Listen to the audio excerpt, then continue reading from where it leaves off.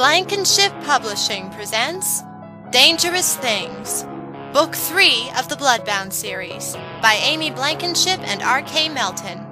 Read for you by K.B. Stanford.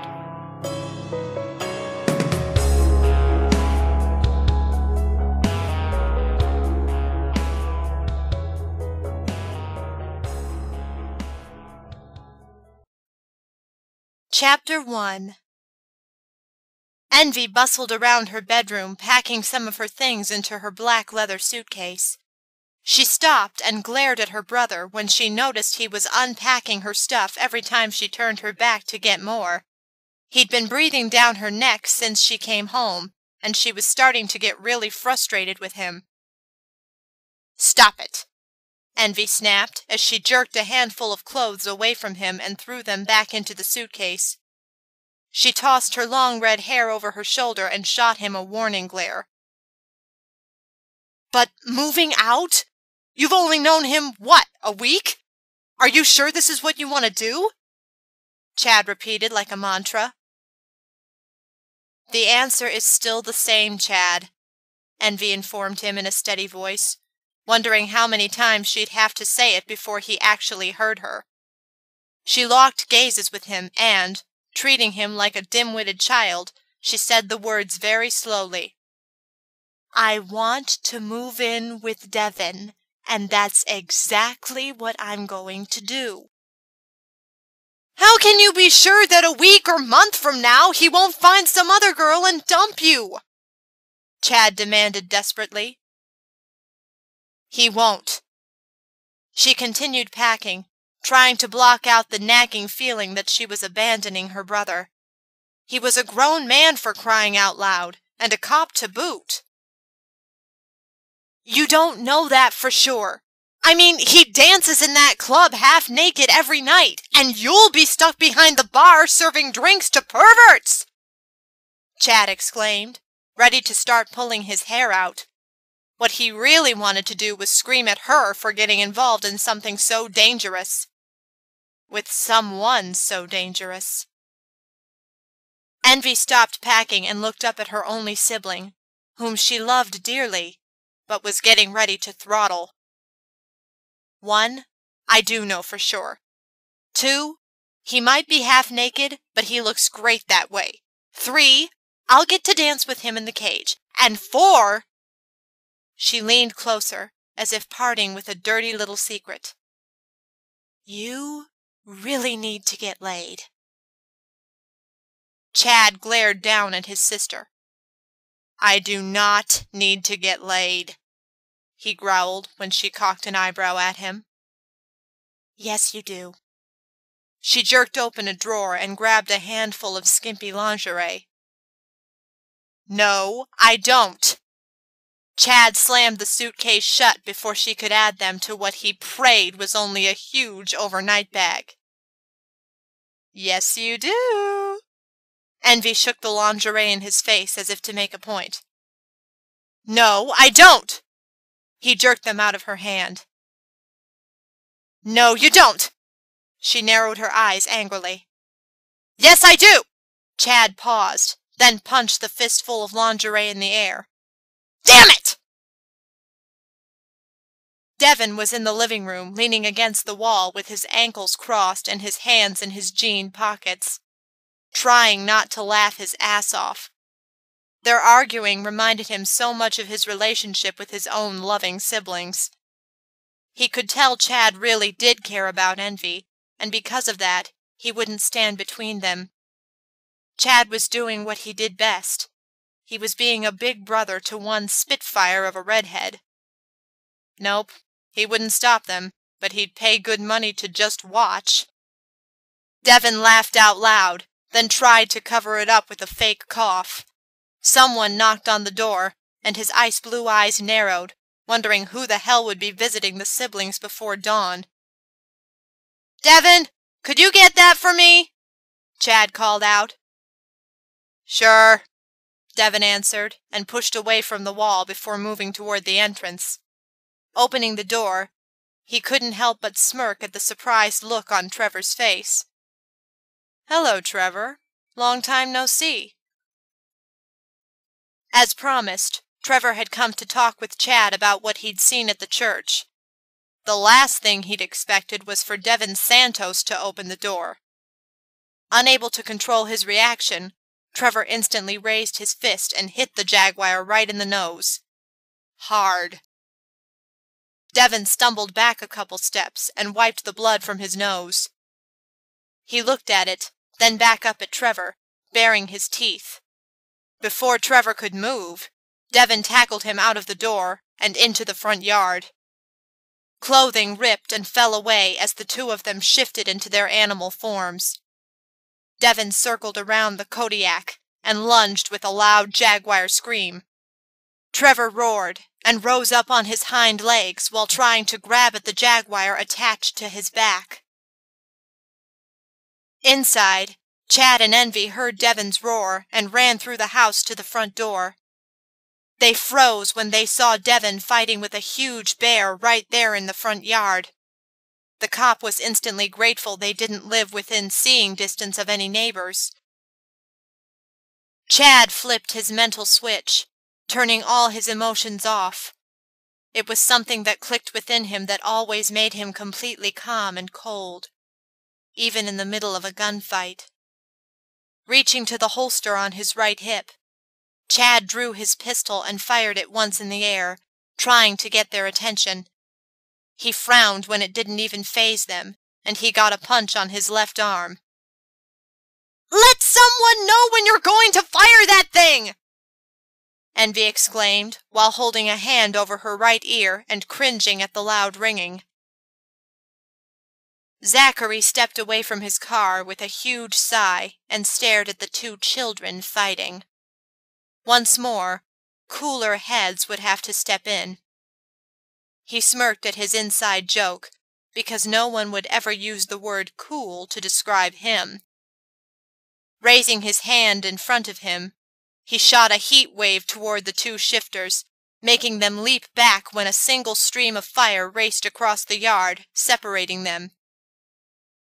"If you two don't want your fur singed, then you had best change back into men and pretend to have a little common sense," Zachary warned as another flame started to grow from his outstretched hand. "Are you two going to act like adults or children? Because it doesn't make any damn difference to me." He smiled coldly as the flame grew higher and leaned toward its target.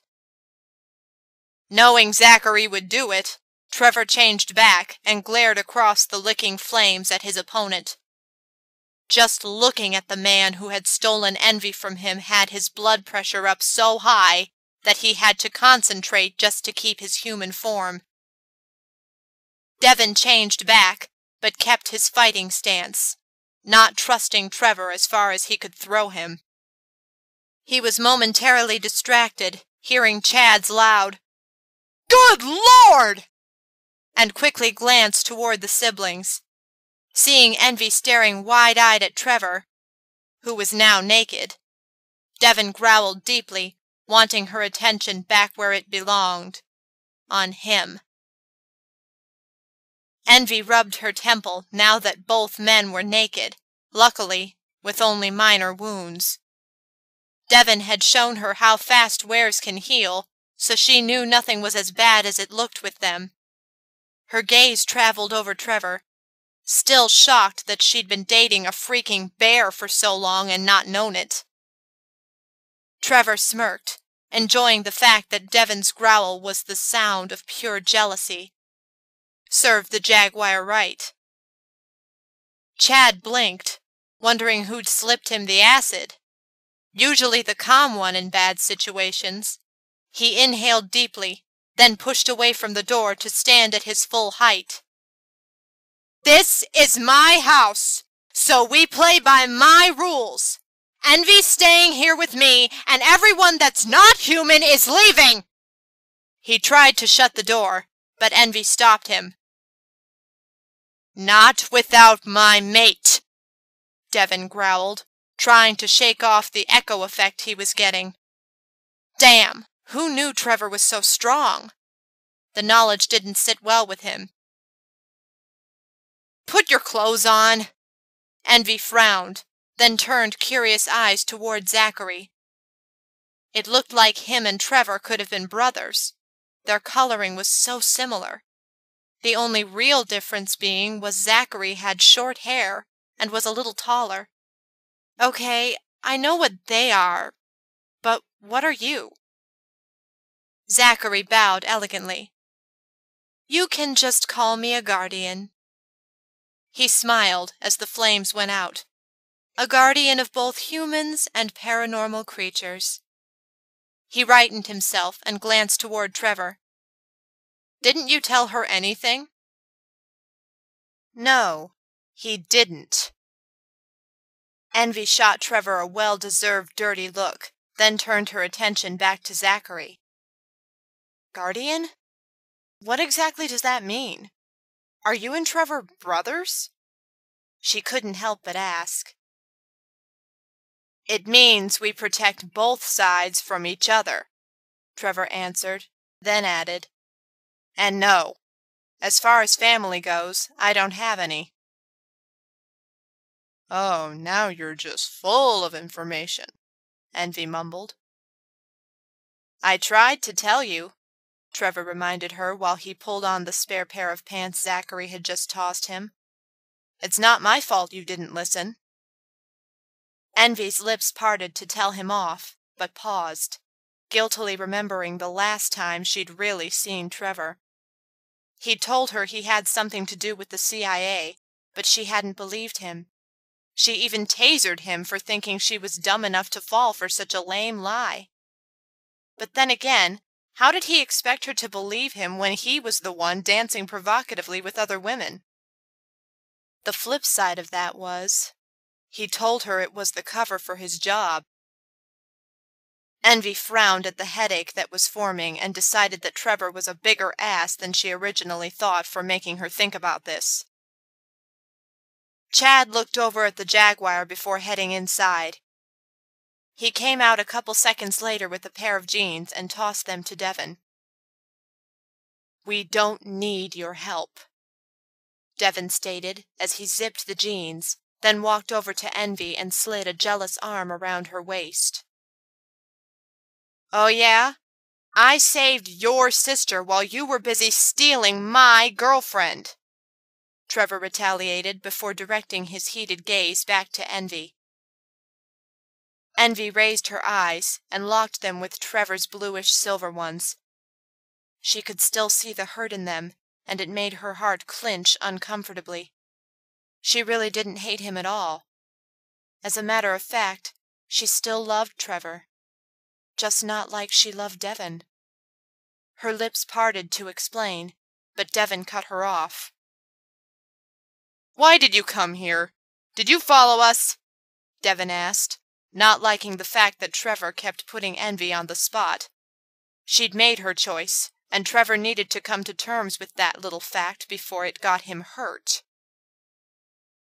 Actually, he came here to see me, Chad said as calmly as he could.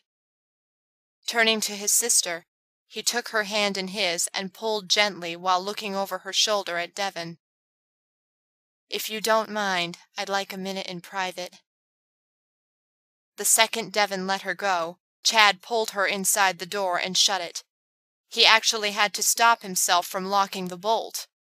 Besides, after what he'd just seen in the yard, it wasn't like a bolt lock would do any good. Are you sure you won't stay here just one more night? For my sanity? He pleaded, even though he knew he'd lost control of his life a few exits back. Envy wrapped her arms around her brother and gave him a much-needed hug, then took a step backwards to look up at him. I can't. You saw what happened at the church tonight. Everyone has scattered, so Warren is trying to get a meeting set for first thing in the morning. She glanced back at the door as another thought struck her. Besides, staying with them is probably the safest place to be right now. As a matter of fact, I'll call and tell you what time to come to the meeting, and if it's at Moondance or Nightlight. I want you to do me a favor. Bring Trevor and Flame Boy to the meeting, because if what I heard is true, We are going to need all the help we can get. Vampires? Chad asked, going into cop mode again, even as he rubbed the back of his neck where the small, fine hairs had decided to permanently stand on end. Envy nodded, frowned, then shook her head again. The vampires, yes, but there's a demon on the loose and... Chad reached out and grabbed her by the arm. A demon? No one said anything about demons! Envy inhaled, then nodded, hoping what she was about to say would make him feel better. Yes, a demon.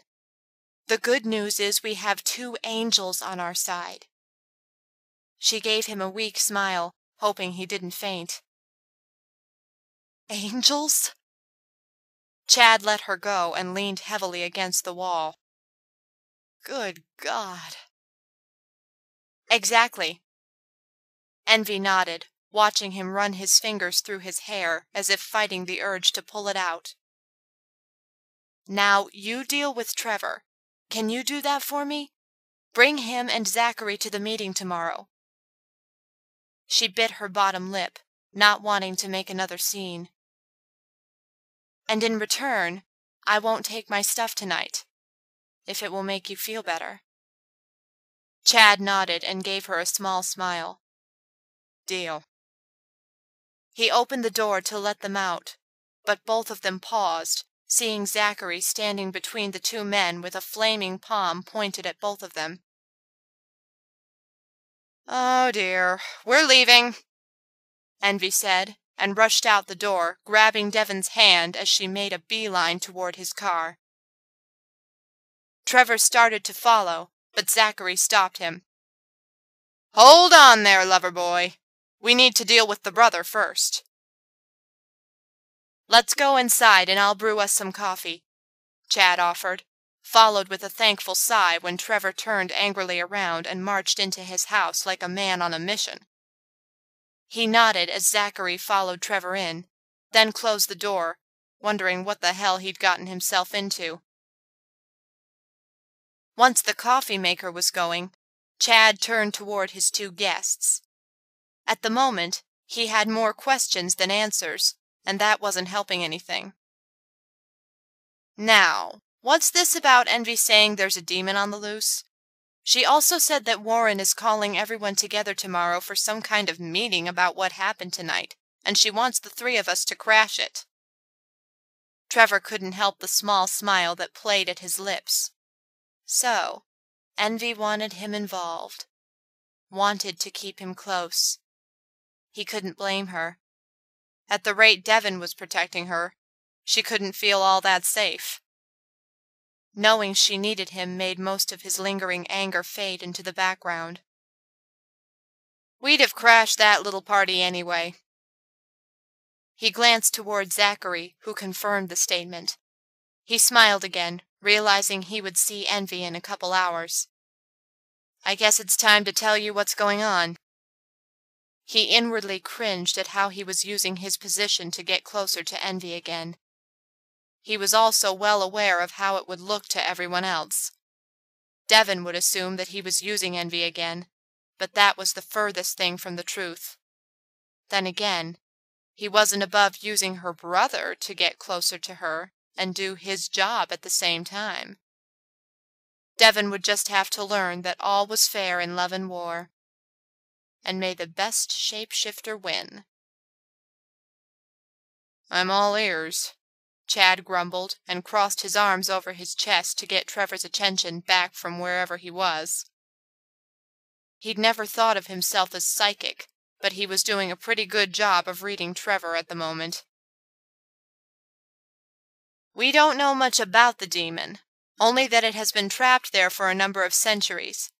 Its existence predates anything we have on file at Pitt, but we're still searching for clues. Zachary started, and hoped Trevor would jump in. So you knew a demon was imprisoned under the cemetery for who knows how long, and you didn't do anything about it?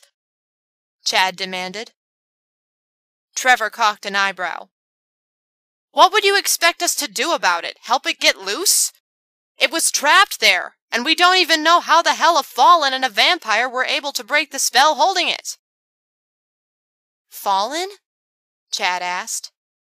"You mean one of the angels Envy told me about?" Zachary nodded. "Yeah, we've known about them for a really long time. We know there are others, but we can't locate them anywhere, and apparently the two fallen living within the city didn't even know of the other's existence trapped in the cavern until one went down there. We also have someone that knows how to deal with demons," Trevor offered. "With any luck, she'll be able to figure it out once we call her in."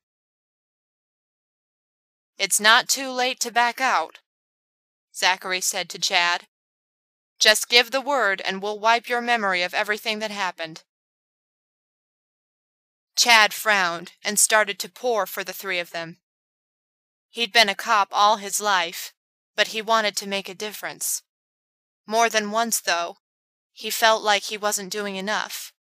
There was always one more drug dealer, one more murderer, one more traffic violation. It just didn't seem worth it sometimes. But what Trevor and Zachary were doing did make a difference. The kind of difference Chad had always wanted to make. Taking a long drink from his coffee, he set his cup down and nodded once. "I'm in."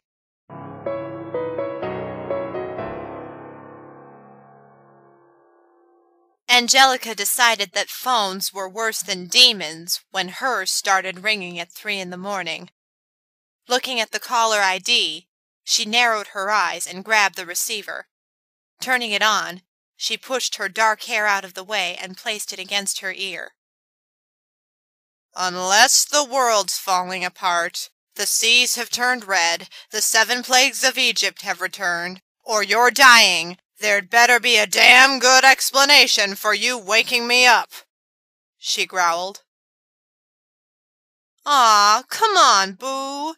Is that any way to talk to your Zachy bear?" Angelica hung up and dropped her head back onto the pillow. She'd just gotten back to sleep when the phone rang again. Without looking at the phone, she turned it on and spoke again. "I'm going to get you, Zachary," she muttered. "You and your little dog, too." "Oh my, Wizard of Oz flashbacks!" Zachary gasped, and Angelica secretly smiled at his antics, glad he couldn't see her. "What do you want?" She sat up, pushing her hair out of her face. "We got a really nasty one for you named Misery," Zachary offered. Angelica climbed out of bed and turned on the lamp. "How big?" "Not sure, but I'm going to guess a level 7. He smiled into the phone, knowing that would get her attention. And he just loved getting Boo's attention. Angelica walked out into the living room and turned on her laptop. She typed in a few things and frowned. "Level 7? Are you sure?" she asked. Anything over a level 5 was very dangerous and extremely rare. "It's just a guess," Zachary answered.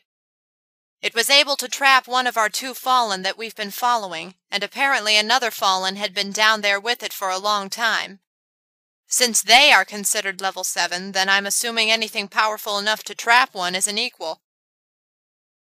Angelica was searching her database. More than 3/4 of it had been illegally obtained from the vaults of the Vatican, but no one could argue with her results. The fact that a level 7 demon might have been discovered in Los Angeles was more than enough of a reason to wake up not only her, but the rest of the pit crew as well.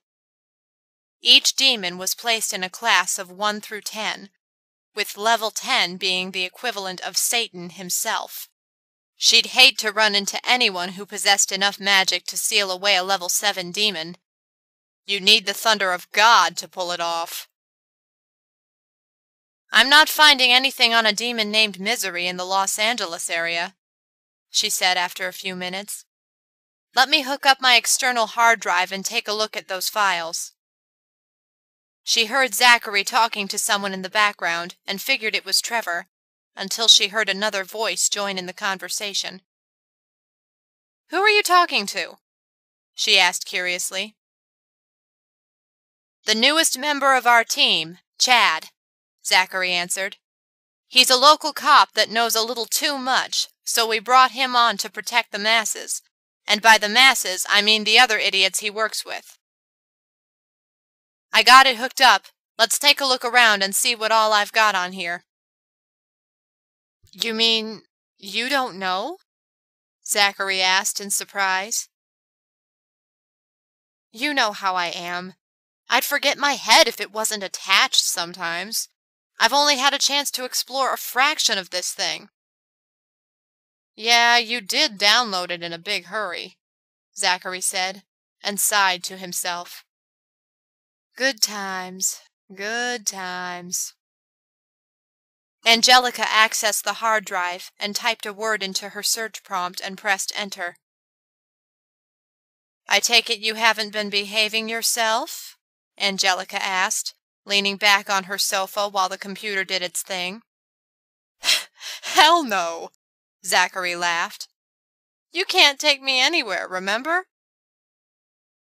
Angelica winced, remembering only a couple months ago when they'd gone on a big gala while chasing a 4-year-old werewolf who had gotten lost and wasn't very happy about it. By the end of the night, Zachary had lost his pants because the werewolf had transformed during a child's temper tantrum and ripped them to shreds. The funniest part was that Zachary hadn't said a thing, just took them off and walked around in his underwear and tuxedo jacket and shirt. Angelica couldn't make up her mind whether to be embarrassed or laugh her ass off. Seeing his legs with knee-high socks and dress shoes had nearly killed her when several of the young ladies crowded around him wanting to dance. Her laptop beeped, and she sat forward to look at what the search had found. "Find anything?" Zachary asked. Angelica opened a few of the files that had the word misery located in them and started reading. Her cigarette slipped from her fingers as she read and landed on her foot. "Ouch! Damn it!" she cursed and picked her cigarette back up, quickly putting it out. "Everything okay?" Zachary frowned worriedly and held up a hand when Trevor wanted to know what was going on. Angelica read over the information again, just to be sure. "I'm catching the next flight out," she informed him before pulling the phone away from her ear. She hung up on Zachary's questions and looked back at the screen. It wasn't what she had read that made her so sure this was dangerous. It was that the head man of Pitt had somehow just locked her out of the file. If Storm was keeping secrets, then she wanted to know why.